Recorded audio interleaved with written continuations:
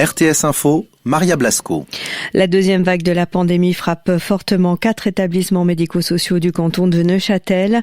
Dans un home des montagnes neuchâteloises où tous les résidents sont touchés, la protection civile a été appelée à la rescousse. 15 EMS neuchâteloises sur les 54 que compte le canton dénombré mardi des cas Covid-19. C'est ce qu'ont indiqué aujourd'hui la chancellerie d'État et la cellule de crise Orcan. Au total, 137 résidents sont infectés. Après le national, le Conseil des États a adopté aujourd'hui à l'unanimité une solution d'ultime recours au cas où les chambres seraient dans l'impossibilité de terminer l'examen du budget 2021.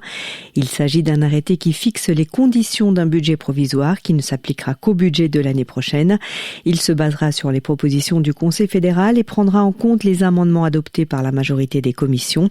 Seront approuvés 100% des crédits budgétaires demandés pour surmonter la crise du Covid, 50% des autres crédits budgétaires et 100% des crédits d'engagement. L'utilisation des pesticides devrait être soumise à des normes plus contraignantes. Le national examinait aujourd'hui un projet du Conseil des États visant à réduire les risques et mieux protéger les nappes phréatiques.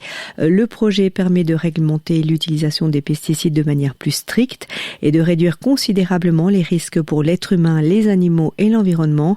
Les risques liés aux produits phytosanitaires devront être réduits de 50% d'ici 2027 par rapport à la valeur moyenne des années 2021 à 2025. Le 737 MAX de Boeing a effectué aujourd'hui son premier vol en présence de la presse. Ce modèle avait été immobilisé en mars 2019 après 2 accidents ayant fait 346 morts en Indonésie et en Éthiopie. Ce vol d'American Airlines entre Dallas au Texas et Tulsa dans l'Oklahoma entre dans le cadre du processus de réhabilitation du modèle le plus vendu du constructeur américain. La reprise des vols commerciaux aura lieu le 29 décembre aux États-Unis. En football, Servette s'est imposé à domicile 2-1 face à Zurich. À la Tuilière, Lausanne a battu Vaduz 3-0 et Sion s'est incliné 2-0 à Lucerne. En Ligue des Champions, Manchester United s'est incliné contre le Paris Saint-Germain 3-1. Les Parisiens rejoignent Manchester en tête de leur groupe avant la dernière journée des poules qualificatives.